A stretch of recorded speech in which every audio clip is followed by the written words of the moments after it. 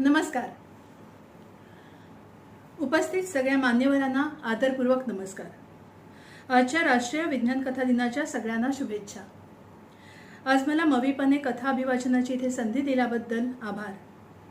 आता कथा अभिवाचनाला सुरुवात करते. माझ्या कथेचं नाव आहे पाऊस. पावसाचे दिवस आहेत त्यामुळे हीच कथा वाचावी असं वाटलं. पाऊस. आकाशात अधेमध्ये अस्पष्ट अशी वीज चमकत होती. दिवस ओसरायला लागला होता.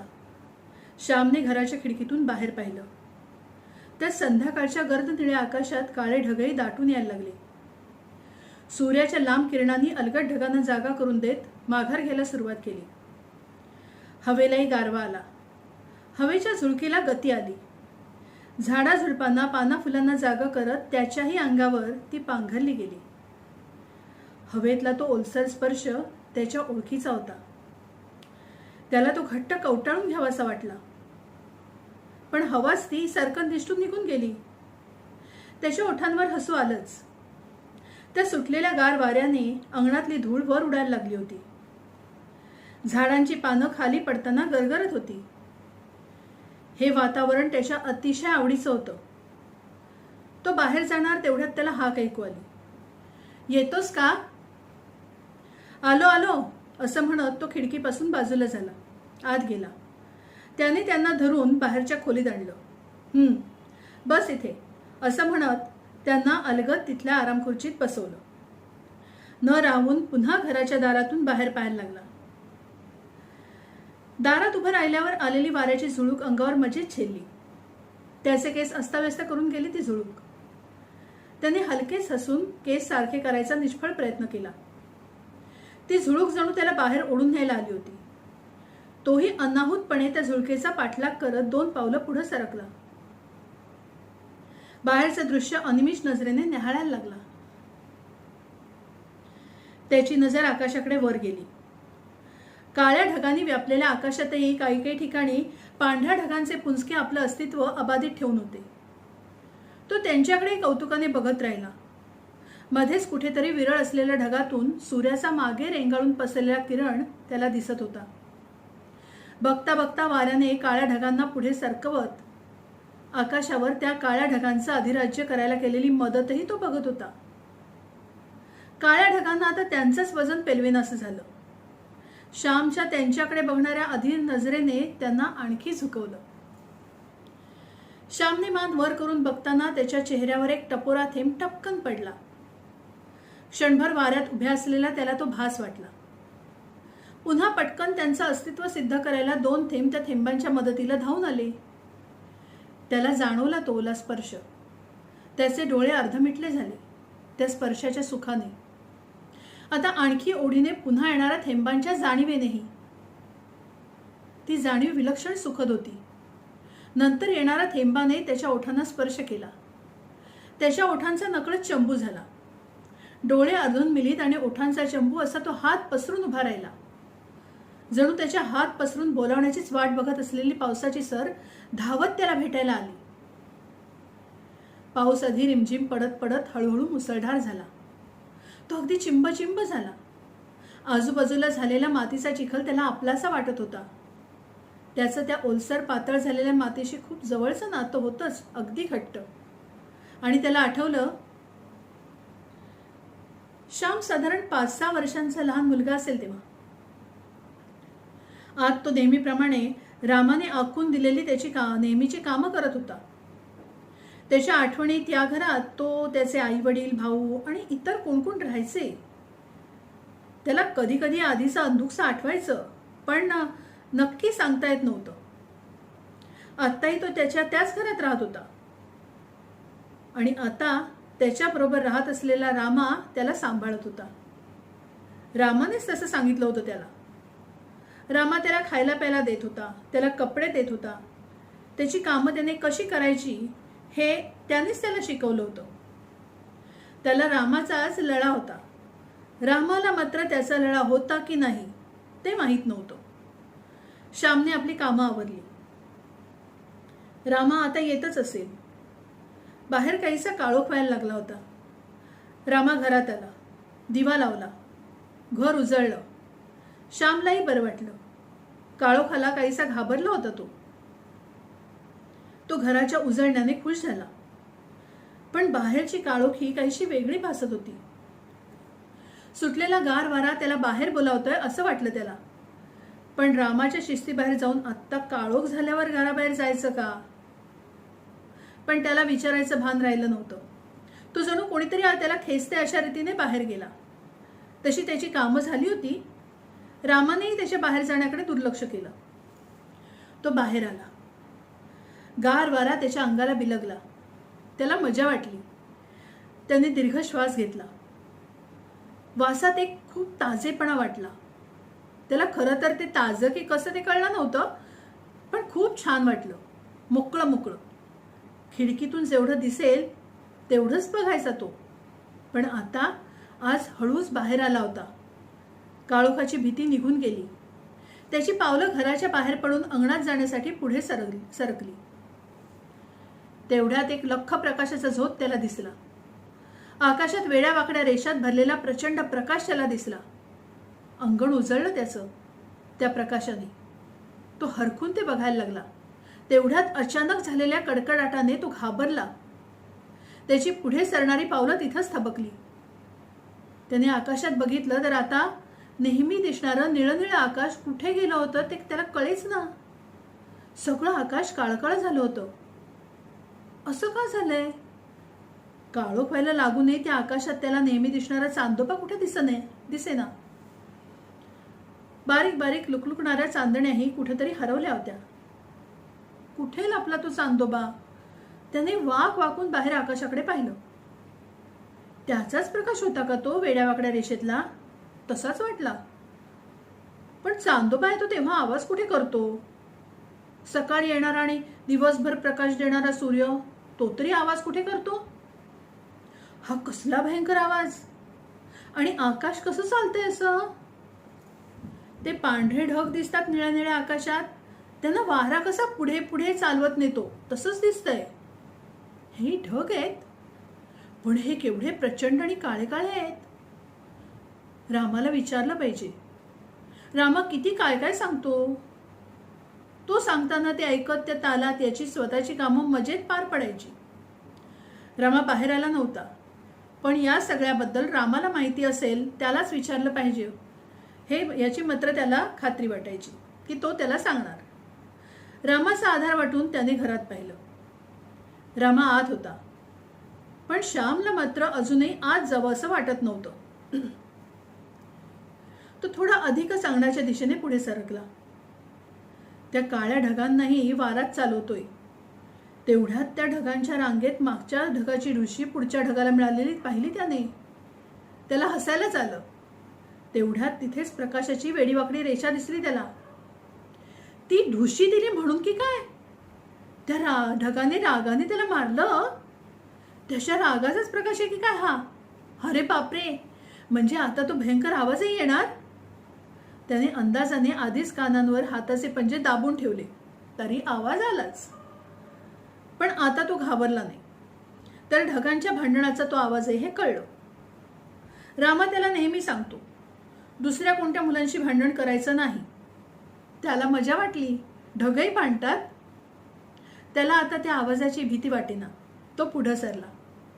अंगणात आला. गार गार वाऱ्यात गोल गोल फिरला. तेवढ्यात त्याच्या तोंडावर पाण्याचा थेंब पडला. त्याला वाटलं रामा रागावला की काय, त्याने पाणी मारलं. त्याने घराकडे पाहिलं तर रामा तिथे नव्हताच. तो आतच होता. मग तेवढ्यात आणखी पाण्याचे थेंब त्याच्या अंगावर पडले. तो चकित झाला. ढग रडायला लागले की काय? तोही तर कधी कधी रडायचा. त्याच्या डोळ्यातून पाण्याचे थेंब यायचे. तसेच पण मोठे मोठे थेंब आहेत.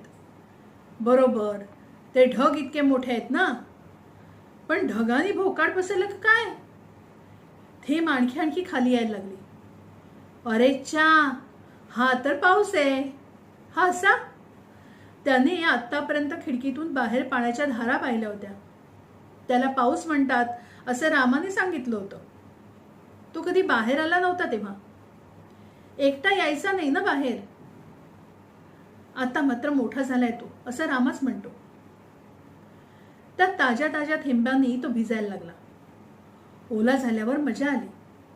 त्यातून आलेल्या गार वाऱ्याच्या झुळकीने अंग शहारत होतं. त्याच्या चेहऱ्यावर अलगद हसू आलं. त्याच्या गालांवर असा गार वारा आला जणू हलकेच त्याला कुरवाळलं. त्याला हसलेलं बघून वाऱ्यालाही आनंद झाला होता जणू. श्यामने हात पसरले. पायाखाली असलेल्या मातीलाही पावसाने ओलं केलं आणि नंतर चिंब. माती पाण्याने थपथपली, मऊ झाली. त्याचे पाय त्यात रुतायला लागले. त्याने एक पाय वर केला, मग परत तो मातीत ठेवून दुसरा पाय उचलला. त्याला मजा वाटली. मऊ मातीत त्याने त्याचे पाय घासले. थपथप करत पाय वर खाली करत नाचायला लागला. मातीचा चिखल त्या थपथपण्याने उडताना बघून त्याला आणखी मजा वाटली. तो आतापर्यंत एकटा खेळत होता. आता त्याला जणू खेळायला साथीदार मिळाले. त्याचं शरीर मन फुलारून आलं. त्याला सगळं नवीन होतं. हा मातीचा चिखल, हा पाऊस, ते ढग, ती प्रकाशाची रेष आणि तो आवाजही. आता सगळे त्याचे मित्र झाले. त्याने हात पसरून सगळ्यांना कवेत घेतलं. अगदी चिंब चिंब भिजला, मनसोक्त भिजला, पाऊस थांबेपर्यंत. हळूहळू ढग विरले, पसार झाले, पण तो हिरमुसला नाही. पावसाने त्याचा एकटेपणा घालवला होता. तो खुश होता. आता तो घरात आला. येता येता त्याला शिंका आल्या, तरी तो हसला. ओला ओला आत आल्यावर रामा बाहेर आला आणि त्याने त्याच्या हातात टॉवेल ठेवला. डोकं पुस. रामाने त्याचं डोकं कोरडं करण्याऐवजी कोरडं बोलून त्याला सांगितलं.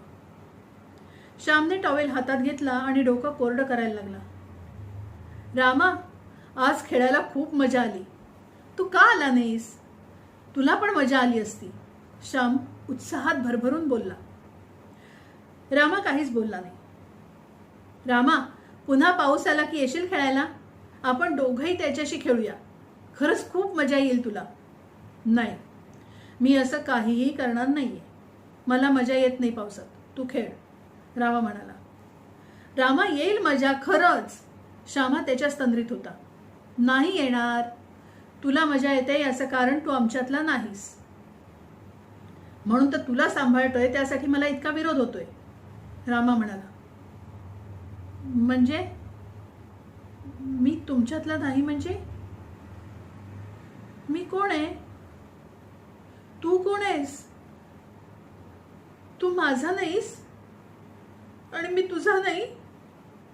श्यामला आता आतून रडायला यायला लागलं, अगदी गदगदून.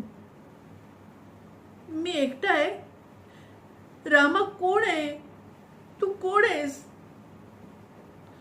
तू माझा नाही तर माझं कोण आहे? रामा असं का म्हणाला? श्यामला अगदी असे प्रश्न पडले नाहीत, कारण तो लहान होता, पण या प्रश्नातली भीती त्याच्या मनात दाटून आली, आकाशात ढग दाटून आल्यासारखी. रामा मला सांभाळतो म्हणून त्याला विरोध होतो. मग रामा मला सोडून जाणार? मी अगदी एकटा राहणार? कसा? प्रश्न वाऱ्यासारखे त्या मनातल्या भीतीला एकत्र आणत होते. ते इतके दाटले की एकमेकांवर आपटले. त्यातून एकटेपणाच्या दुःखाचा पाऊस त्याच्या डोळ्यातून वाहायला लागला. पण रामाची माती ओली झालीच नाही. त्याचे डोळे तसेच कोरडे ठाक होते. पण तो श्यामजवळ आला. श्यामने त्याच्या पोटाला घट्ट मिठी मारली आणि तो आणखी चोक्साबोक्शी रडायला लागला. रामाने त्याच्या पाठीवरून हात फिरवला. रामा, तू नाही तर कोण आहे रे माझं? मग ते कोणी माझ्याबरोबर का नाहीत? रामाला त्याने विचारलं. त्यावरही रामा काहीच बोलला नाही. श्याम तसाच रडत होता, मुसमुसून. रामा वेगळा, मी वेगळा म्हणजे काय? त्याच्या डोक्यात हेच वाक्य घू घू करत भुंक्यासारखं फिरत होतं. तेवढ्यात रामा पुन्हा त्याच्या जवळ आला. त्याने त्याचे अश्रू पुसले, तरी श्यामचं रडणं थांबेना. तेव्हा रामा त्याच्या हाताला धरून परत बाहेर घेऊन आला. बाहेर पुन्हा पाऊस पडायला सुरुवात झाली होती. श्याम पावसाकडे टकमक बघायला लागला, एकदा रामाकडे आणि एकदा पावसाकडे. रामा पावसात भिजायला येतोय, तो चकित झाला. रामाने त्याला थोपटलं आणि अंगणात जायची खूण केली. रामा बरोबर येतोय की नाही याचं भान न राहून त्याच्या नकळत रामाचं बोट सोडून तो अंगणात आला. पुन्हा पावसाच्या सरींनी त्याला चिंब केलं. कपड्याच्या आत थंडी जाणवली. शरीराच्या आतून रडून तयार झालेल्या उष्णतेच्या लाटांशी ती झोंबत होती. हळूहळू ती जिंकत होती. त्याच्या गालांवरचे अश्रू पावसाच्या पाण्यात मिसळून जात होते. तो रडणं विसरत होता. त्याने पुन्हा हात पसरले आणि यावेळी त्या सरीने त्याला कवेत घेतलं, गोंजारलं, आपलं केलं. त्याच्या नकळत तो रडायचं विसरलाच. पण अलगद त्याच्या ओठांच्या पाकळ्या विलग झाल्या. ओठांवर हसू उमललं. त्याला त्याचं हसू जाणवलं. त्याने रामाकडे पाहिलं. तो हसत नव्हता. रामा असा का? तो हसत नाही, रडत नाही, पावसात भिजत नाही, त्याला मजा येत नाही. पण तो आता कसल्याच्या विचाराने, प्रश्नाने घाबरला नाही. पावसाची सर, ही माती, हा चिखल सगळं त्याचं आहे आणि तितकाच हा रामाही त्याचाच आहे. त्याला आता छान उबदार वाटलं. पाऊसही थांबला.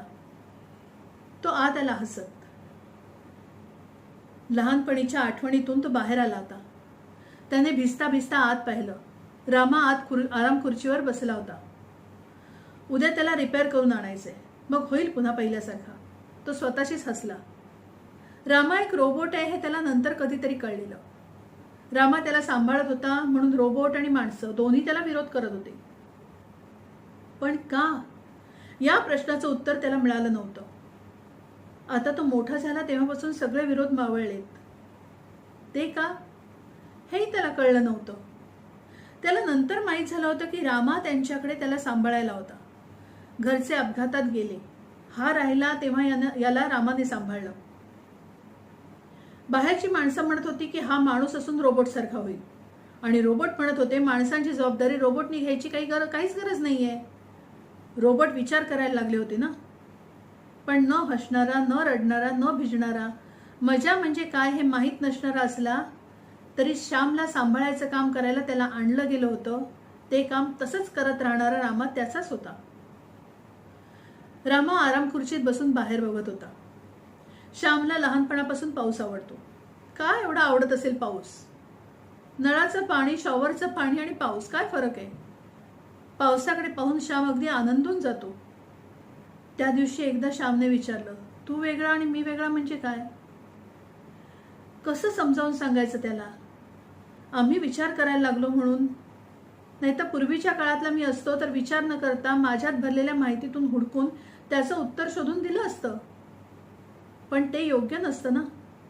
म्हणजे मी रोबोट आणि तो माणूस म्हणजे नेमके फरक सांगितले असतेही. पण त्या माहितीच्या पावसात त्याला तो एकटा पडल्यासारखं नक्कीच वाटलं असतं. माहितीच्या पावसात भिजून कोरडा राहिला असता तो.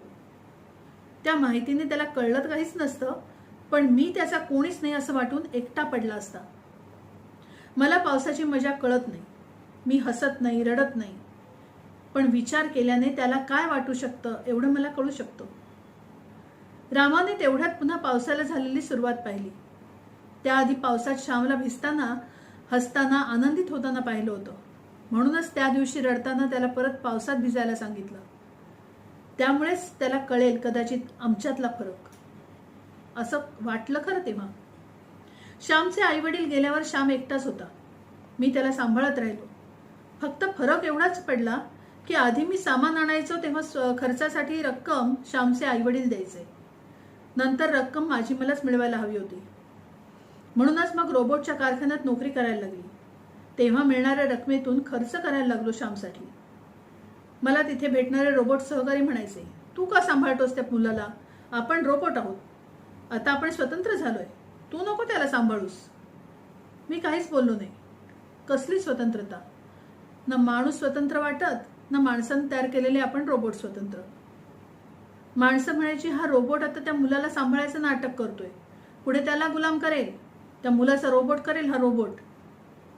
त्यावर मी एकदा विचारलं होतं, तुमच्याकडे आणून सोडू का त्याला? तुम्ही माणसं आहात, तो तुमच्यासारखा तुमच्याकडे वाढेल. तेव्हा कोणीच पुढं आलं नाही. मी जर विचार करू शकतो तर श्यामला सोडून देणं हे त्या विचारात बसत नव्हतं. ही माणसं विचार करतात ना नक्की? ते बोलताना तरी काही विचार करतात असं आत्तापर्यंत दिसलं नाही. पुढे काही सांगता येत नाही. माणसाने रोबोटला बनवलं. मी श्यामला वाढवून त्याच्याशी बंध तयार केला. श्याम माणूस आहे, निसर्गाची निर्मिती आहे. निसर्गाशी जोडला जाऊन बंध त्यानेही तयार करायला हवा. त्याचं आणि पावसाचं नातं नैसर्गिक आहे. विचार करताना रामा बाहेर भिजणाऱ्या श्यामकडे बघत राहिला होता. त्या दिवशी श्याम रडू शकतो, त्याच्या डोळ्यातून निसर्गाशी नातं बाळगणारी आसव बाहेर येऊ शकतात.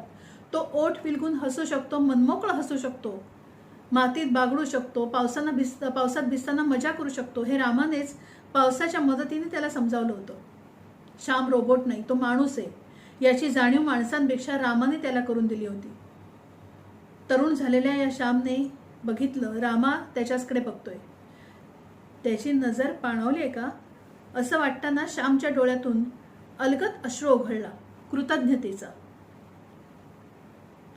पावसाच्या सरींनी अलगद त्याला थोपटलं आणि त्या अश्रूच्या थेंबाला धक्का न लावता तो ओघळू दिला तसाच. त्याने आकाशात ढगांकडे बघत पुन्हा हात पसरले. सरींनी त्याला आणि त्याने त्या पावसाच्या सरींना अलगद आलिंगन दिलं. श्याम रामाकडे यायला लागला तेव्हा त्यांच्यातल्या नात्याला विजेच्या कडकडाटाने सलामी दिली. धन्यवाद.